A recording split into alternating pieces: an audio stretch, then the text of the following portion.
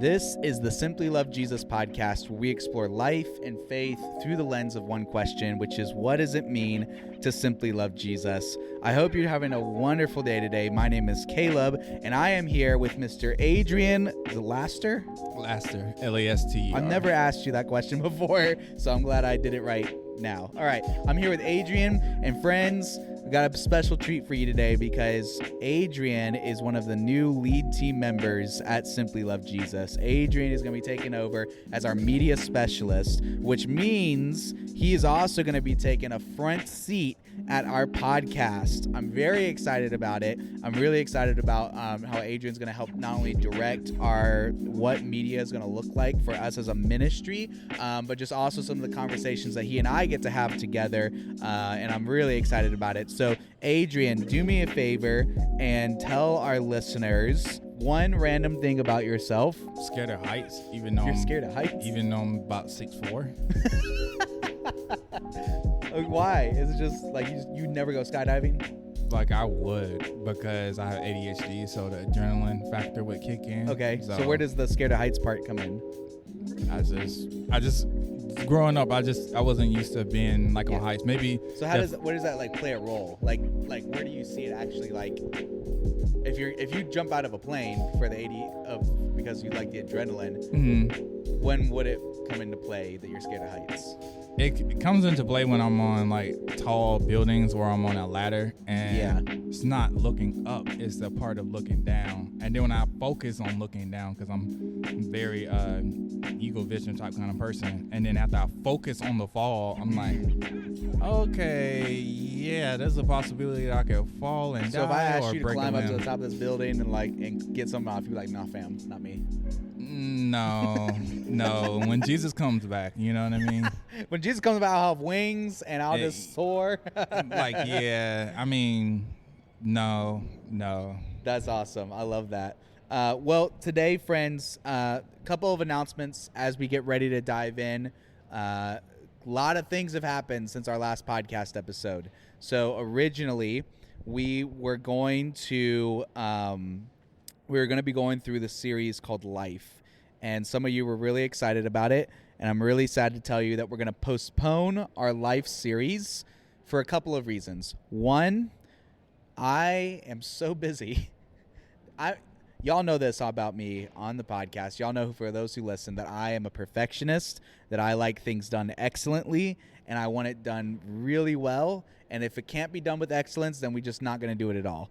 Or at least if we're not going to give it our best, then we're not going to do it at all. Probably do that to a fault. However, I know with the vision that I had for this Life series, I wanted to make sure we were doing a podcast and a YouTube video every single week for the whole year, diving through this series. And so, but because I'm currently just juggling things with our ministry, which I'll talk about in a second as one of the big changes, as our ministry I'm trying to finish my degree, currently finishing we're currently working on a couple of books. Working on some books, trying to get a devotional put out for you guys by the end of the year. With all these things I got going on, it's become too busy that I thought, you know what, let's postpone this Life series, wait till next year when we can do it really well. We've got all of our nuts and bolts tightened and configured and put together, and we're just going to take advantage of the opportunity that we aren't too deep into the series yet. So we're not going to be doing the Life series, unfortunately. I know a lot of you guys messaged me about the last episode, and we're really excited about it, and I'm really sorry. But one of the big changes and one of the things that I want to put more of my focus and attention on is that right around the time that I came out with that episode, the last one that we had, God gave me a vision for what we should be doing as a ministry right now to get where we are going to be, to get where I want us to be in 20 years from now, what we need to be doing right now to get us there. And so I want to talk a little bit about what that is, and then I'm going to have Adrian speak into it. And then moving forward for the next couple of weeks, our episodes are just going to be a conversation with Adrian. We're going to learn about his life. We're going to open all of his skeletons in the closets, and we're just going to learn about Adrian. We're going to let him impart his wisdom so that you can become familiar with his sexy voice, and then you are going to be familiar with him and how he thinks. So anyways, What's coming up? What's moving forward? What's about to happen? We are going to be shifting our focus. We're based here in Atlanta, and what we're going to be doing is we're going to be creating quarterly events for young adults of different churches all around the city of Atlanta, and we're going to be working really hard to unite them together to serve the city of Atlanta, and in simple but powerful ways. Here's an example. April 25th, I think. It's a Saturday. Whatever that April is, right? Saturday after Easter weekend, we're going to be gathering as many young adults as we can to go and just pray over the city of Atlanta. We're literally going to put people into groups of like 3 to 5 people and just send them out into the city and just go walking across the streets. We're going to have our How Can I Pray For You shirts and hoodies, and we're just going to send them out to go out and just pray for people, offer prayer, and just say, hey, we're from Simply Love Jesus, and we just felt led to pray for you, and would you like prayer? And I have found, I've done this a lot of times in different cities. I've done this in Atlanta. I've done this in Des Moines. I've done this in Chicago. I've done this in St. Louis. I've done this in a lot of different cities. And every single time, it's always been such a positive reaction, because here's the thing. Even if you don't believe in God, people still like to know that someone is thinking about them. Someone cares about the things that is a burden on their heart. And so we can bless the city of Atlanta by just going and offering prayer and be an encouragement to other people. The next quarter that we'll have it, what we'll be doing is we're going to be getting all of the young adults together. We're going to be writing little letters of encouragement, little simple cards of encouragement. We're going to put them in envelopes, and we're just going to sign it and just say, to you, this is for you. And we're just going to go and hand them out to people. Just simple cards of encouragement, little things like that go above and beyond for young adults to come together and to be able to serve the city of Atlanta. And I'm really excited about that, because how that meets where we're going to be in the future. You know this if you've listened to the podcast for the past few years, that our vision is to reform our current understanding of Christian unity, that we want to break the barriers of what we understand as a church and what it means to be united, because the reality is Jesus prayed in John 17:21 that we should be one just as he and the Father are one. All who would ever believe in the name of Jesus would be one. And that it was through our unity that the world would believe that Jesus is the Savior of the world. It is not through our great services. It is not through our great worship. It's not through our great music. It's not through our powerful preaching. It is through our unity that the world would believe in Jesus. And I firmly believe that it is young adults, college students, high school, college, young pros, just the young adult people. They are the catalyst to bringing that into a reality. Because the reality is, young adults don't care about teams and denominations and all these things. They don't care. They just want to be part of something that will transcend their lifetime. Young adults in this generation, the reason they're leaving the church, people are scratching their heads, pastors are scratching their heads, trying to figure out, why is this generation leaving the church? Why is the next generation not coming to the church? The answer is very simple. It's because young adults don't want to waste their time investing in a community that hates itself as much as it hates other people. The reality is the church has a lot of work that we have to get done. There's a lot of work that we have to do, and the gospel means good news. And if we want to be good news to the world, and we want to bring good news to young adults, we have to be seen as good news. And the way that we do that is stop hating ourselves. Like, I don't know any religious belief or any belief whatsoever, even political, that crucifies itself and crucifies other people within its own community like the church does.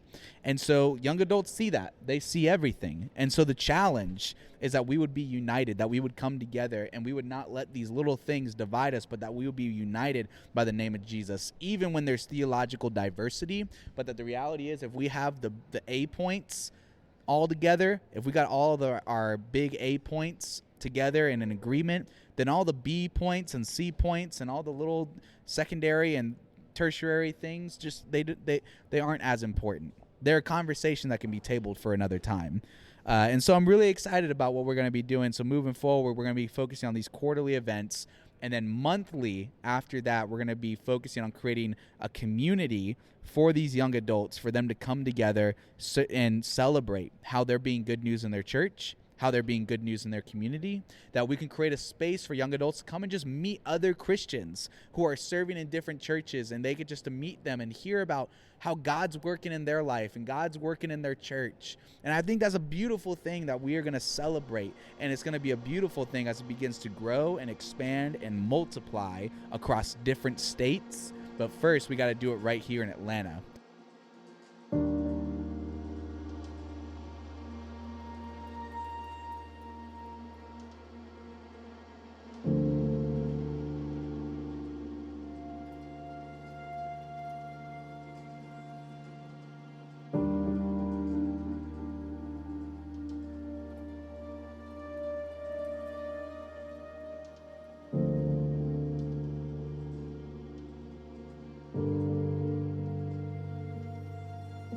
Now, what does this mean for you?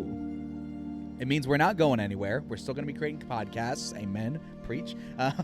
We're still going to be creating YouTube videos. The difference is that content will be here to serve you, but will primarily be here to serve the people within these communities, this community that we're going to be creating. So, Adrian, when you hear that, you've heard all the live chats about me, processing it live, because I've just been beaming the past couple of weeks about this vision moving forward.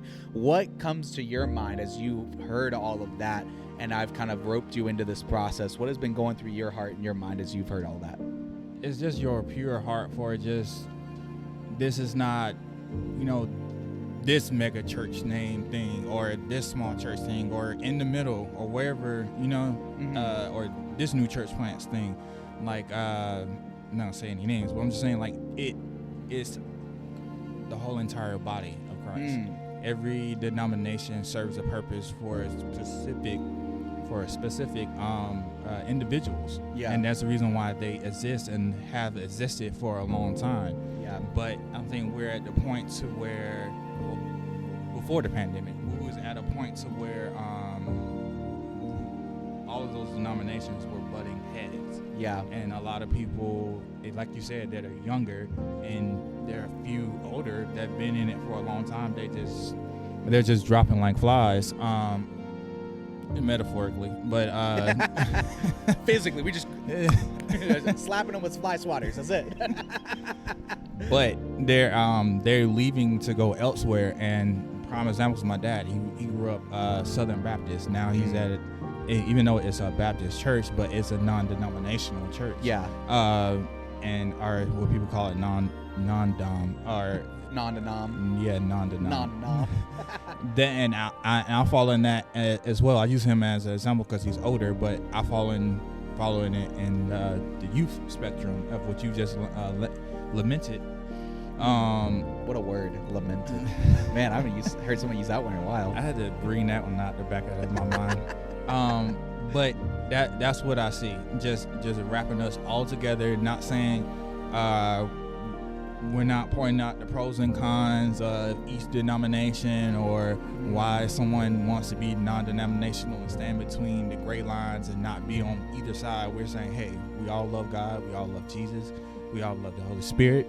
So, why can't we all come together either on a consistent or quarterly basis and do something locally where we at in the cities and in the metropolitan cities area around, and see if we can model that and push it to other ends of the country, and then in small steps, other end of the country, then global. Just we have to start doing that. And just like you said, for other people to be looking on the outside in, you use the term crucify each other. Cancel culture is a thing. Yeah. So anybody people have been trying to counsel Kirk. I don't know other people, big names in the Christian world. When you say Kirk, you mean like Kirk Franklin? Yes. For what? I'm out of touch, so I don't know. This was on Kirk's fault, but he was out of line. He was in his flesh. How he was talking to his son, and saying some very fatherly things because I think his son disrespected him, but his son recorded it.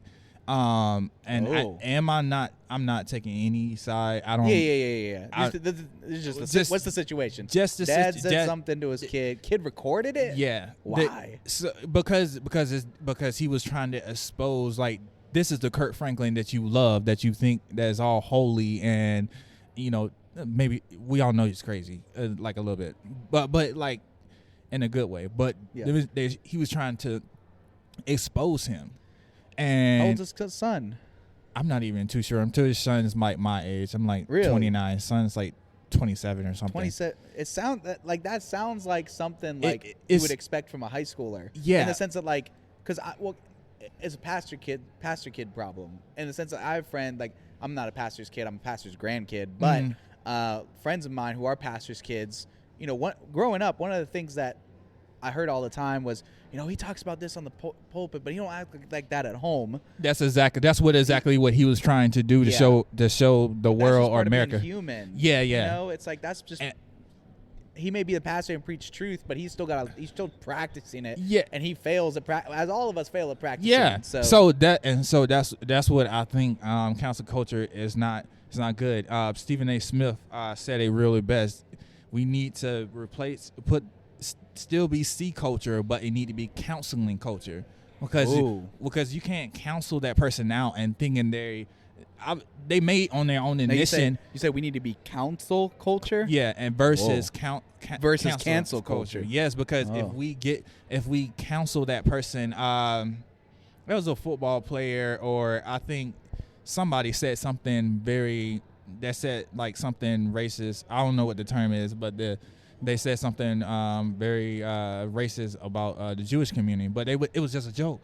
But somebody that was a football player reached out to them and said, "Hey, I want you to come to the Holocaust Museum," and they have like a replica. They have like certain representations of it here in the States, and maybe I don't know where it's at. But he brought him to educate him. Wow! So that's counseling. That's powerful. And it's no matter who was in it doesn't matter who was in the right and wrong, but like when you take it off of like who's right and who's wrong, okay, like we know that person was wrong, but like what are we gonna do to like help them, because a lot of times they may not know, they may be oblivious to it. People don't know what they don't know. So it just has to be that way. Oh, Mike Todd was another one. He did a very crazy demonstration.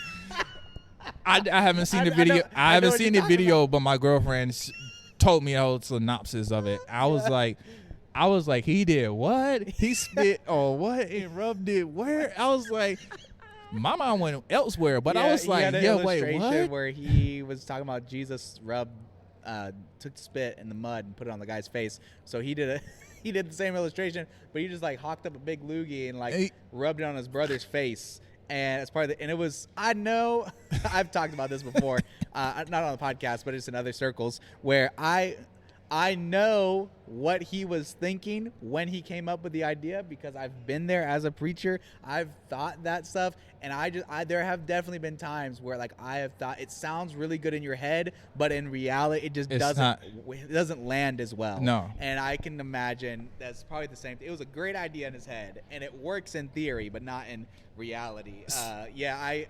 It just happens, Yeah. So a lot. I don't know how big council culture try to come out from, but I know people say some comments and things of that in our community, and it's just like, and then he even came out with an apology the next day before he got too far ahead. But people don't look at that. Yeah, people doesn't. I mean, there are some people, but like majority of people don't look at that. It's like, like everybody is human. Like obviously there are a select few that really just don't care. But for the one, we have to find out if they do care. If they don't care, then you still don't counsel them, love them from a distance, and just go about your business. But if they do care and they want to, and they're confused and baffled to like what's going on, you have to educate and counsel them. I wonder if that'd be well. First off, that's a great thing. The great point to make about let's have. I don't know who said it first or where you got it from, but let's have counsel culture instead of cancel. Stephen A. Smith. Stephen who? Stephen A. Smith. He's like a ESPN cool. personality. That's really cool. Yeah. I do love that idea, and I think it speaks a lot to helping people try to be more patient with each other, because people are most critical of what they care the most about. Mm-hmm. And a lot of times our impatience and our critiques or our criticisms with other people comes from a place that we care about something so deeply. So we'll say, and I think it's a great point to even how you interact with other people that you don't agree with, because let's use environmentalism as an example. You have someone who, let's say, doesn't believe that global warming exists or whatever, and you got another person who gets all riled up and goes, you don't believe in global warming, you're an idiot, like whatever, and they get all whatever. Someone has on their rant. It'd be a great opportunity to train yourself to, instead of getting defensive, even though that person's getting very defensive and angry, Jesus says, if someone slaps you on the cheek, turn to him the other also. Do unto others you wish to have them do unto you. Instead of fighting fire with fire and just bickering right back at them, what would it look like if we were to just say, you know, I see you care a lot about this, and I appreciate how much you care. Let's have a deeper conversation. That would totally disarm somebody. Because if you're just like, if you acknowledge that they are angry because they care so much, kind of begins to train your brain to think of it from their perspective, and would allow for healthier conversations. So I think that's powerful. But going back to what we were talking about earlier, I think it's cool hearing just from your perspective the need for people to just be united and to know that somebody else echoes. And I'm not the only one who just sees that. I'm not the only one who sees as like, this is the root problem, is our division. And really, part of Simply Love Jesus is showing that the root problem actually isn't even division. The root problem is a love for Jesus. And everything, including the division in the church, boils down to an issue of loving Jesus. And that's why I believe that the overflow of Simply Love Jesus as a ministry, one of our biggest targets for the overflow is that as we teach people what it means to simply love Jesus, part of the overflow of that will be creating a stronger, more unified church across the country of America. And so I'm excited. I think it's cool to hear you speak into that.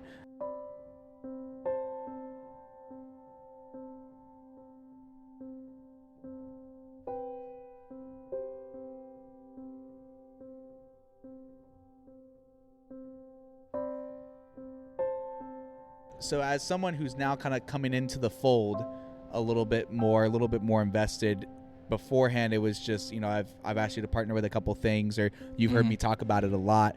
And you and I think Olivia also started diving into the book.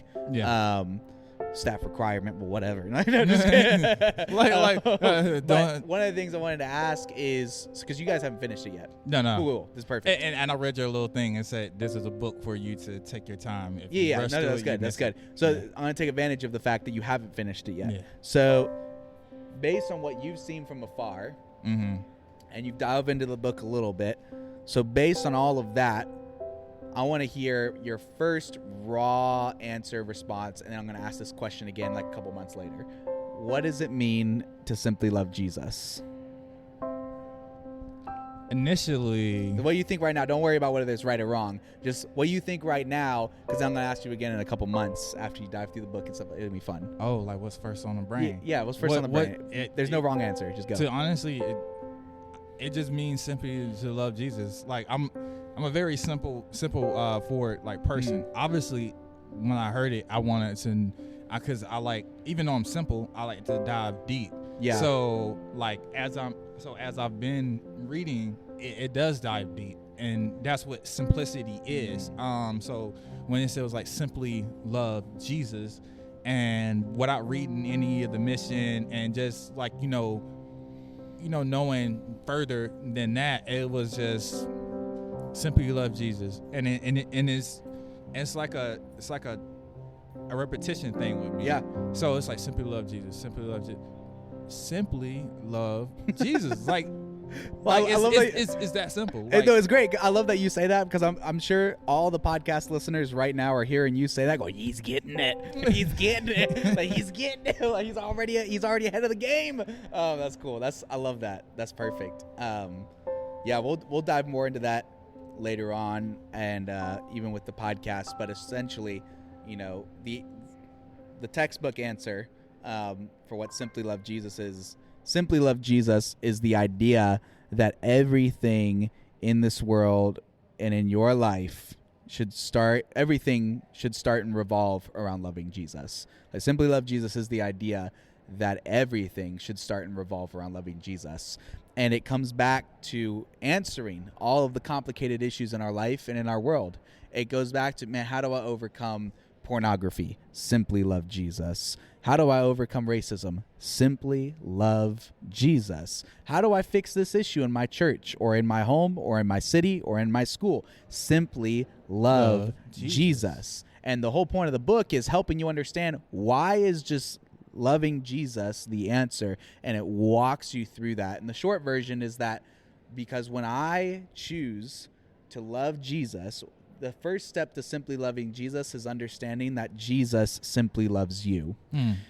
And so when I sit back and I reflect, and it starts by doing the whole asking that question again, what does it mean to simply love Jesus? What does it mean to simply love Jesus? You ask it over and over and over again, because the whole point is that the more that you ask it, it's going to cause you to sit back and reflect on what God has done for you. And it causes you to sit back and think about how he came and died and rose again. He came so that we can have life. He came that we can be liberated from the brokenness in this world and the brokenness in our life. And that the more I reflect on that, something should be stirring up within you, a desire to know who God is. And the more that I know who he is, and I do that by praying, by reading the Bible, by reading the scriptures, the more that I dive into those things and worship him, something should happen to me. I should begin to have a greater love for people, which is why the next step is understanding that the closer you are to God, the greater your love for people will be.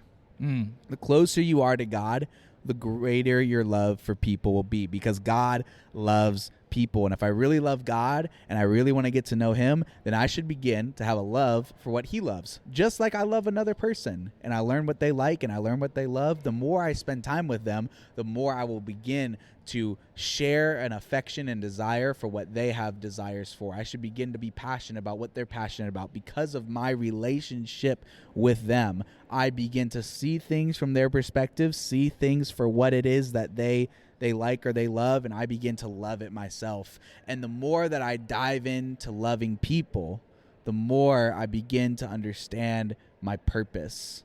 My purpose in life is very simple. All of us have the same purpose.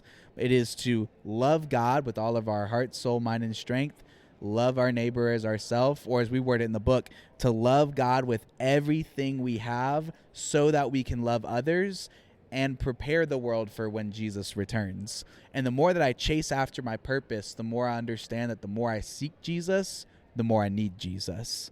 And the more I reflect on that purpose and what he's brought into my life, the more that I reflect on that purpose and I realize how much bigger it is than me, the more I realize I can't do this by myself. I'm not good enough to live in my purpose. I need Jesus. I need people. I need the church. I need these things to accomplish my purpose in life. And so as I begin to dive into that, as I begin to let that wash over me, and I begin to realize how grateful I am that God, even though I'm not good enough, God would include me in that plan, the more I would begin to just want to know who he is more again. I want to know what he likes and I want to know more about him, because I'm so eternally grateful. And that just brings me back out of that gratitude, that brings me back to that question, what does it mean to simply love Jesus? And it just takes you in that cycle all over again. So in every situation in life, it kind of almost provides an equation where it just kind of, you throw your problem in the middle of what that equation is of that whole Simply Love Jesus philosophy. And that is what we try to impart on people and what we're trying to get people to understand. That's a short version of it. Long version, you got to buy the book and read the book. But I'm really excited for what we have moving forward. Really excited to dive in and learn more about your story, because I don't even know your full story, which is great because it takes advantage. It gives me the time to sit down and talk to you and learn about your life and learn about your story. But before we close this out and we close out this episode for today, just couple of quick questions. One, what's your favorite book of the Bible, at least right now? Favorite book? Are we sure in favoritism now? I don't know. Isms. We just talked about that at church today. Service was about isms and favoritism and all that stuff. That's the truth. That's the truth on duty. Bring the truth. Bring in the truth. It was great. It would have to be Daniel, because Daniel. Oh, that's a good one. I haven't heard that one in a while. Because reason why it's Daniel for me because my middle name is Daniel, but also nice. the fact of just reading through Daniel when I was going through what everybody was going through in 2020 in lockdown. I read the whole entire book of Daniel. Wow. And to be able to not only have that middle name, but also to be able to relate to that, because I'm a dreamer, and a lot of things though I may not be as prophetic as a lot of my colleagues that I know, a lot of things that I do get is through dreams. And a lot of times I don't. Same. Like, I remember my nightmares more than I remember my dreams. But the dreams that I do remember is something like I really have to tell someone. Yeah. Or one time I wrote it down and I was very, very specific about it. And yeah, that's the reason why I like Daniel. That's awesome. That's super cool. And then what is one kind of word that you would have for young adults in this generation? Like, if you can impart your own word of wisdom, what would you say? Get it out the mud. I'm just playing. No. I'm sorry. That I was like, what? No, no, you're good. No. But like, no, like literally, if you fall, it's not get it out the mud, get out the mud. And you can't really do it yourself. Only Jesus can. And saying that, even though that's like something popular in hip hop or rap, but I think of it as I've seen a video reel somewhere on social media about a lamb jumping, and he was jumping in dirt or mud. He got all muddy and he got cleaned up again. And somebody made a meme. It was like a meme and was like, "This is God rescuing me from it." So he gets in the dirt or mud or whatever, and he gets dirty, and the persons that taking care of it, the shepherd, pulls back out, washes them off, and he cleans again, and the sheep jump right back into like the mud and stuff. I was just saying that's what the reference is from. So like get up out the mud, but with Jesus' help, because if you do it on your own strength, you're gonna stay in the mud, and then if you stay in the mud, if you do it in your own strength, you're gonna dig yourself deeper into the mud. Yes, and then the mud winds up turning into a mess, a quicksand. It's because like quicksand can be a whole bunch of mud that sucks you in. It doesn't have to just be sand, but like it just becomes a trap. Yeah, because like you're just gonna keep going down towards the bottom. Like the world might not think you're going towards the bottom, but spiritually you're going towards the bottom. But the more that you do it with Jesus, he will get you up out of it, and you will become clean. And also, if you kind of halfway do it, you're gonna battle with shame, guilt, and you're just gonna become a clay museum. Literally, you're just gonna turn into clay, because like mud when it hardens, it turns into clay. So like the more that you sit to keep it short, get yourself up out of the mud with Jesus. Don't sit in it. Don't dig yourself any deeper, because it's no good either way. Yeah.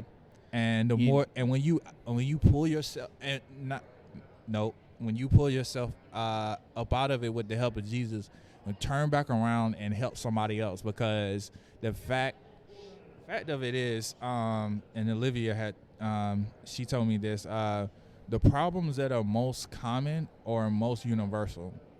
So the fact that you're going through that problem, it depends on who you are. It may be very rare or whatever, but most of the times it's not, because we're humans and we're not androids or machines. So we have flaws. So there's someone out there that could benefit from your story, whether it just puts a smile on their face for like 5 seconds or 5 minutes or whatever.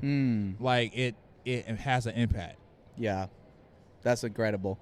That's powerful. Well, friends, also before I forget, we want to thank Chattahoochee Food Works, because that's where we're chilling right now. And you just want to give them a shout out. It's a great place, great like little food market. Thank you so much for tuning in. Thank you for sitting down and listening to some updates. Please be looking forward with expectation for what we have in the future. And tune in next week as we will begin diving in with our conversation segment with Mr. Adrian Daniel Laster. Laster? Laster? Did I say that right? Last and ER. Huh? Last and ER. Lastner. What? Laster. I said Laster. Yeah. Right? Did I say it? You looked at me like I said it wrong. No, you kind of did. It was a little bit like okay. Whatever. We'll talk about it. See, friends. Let us know how we can pray for you. All right.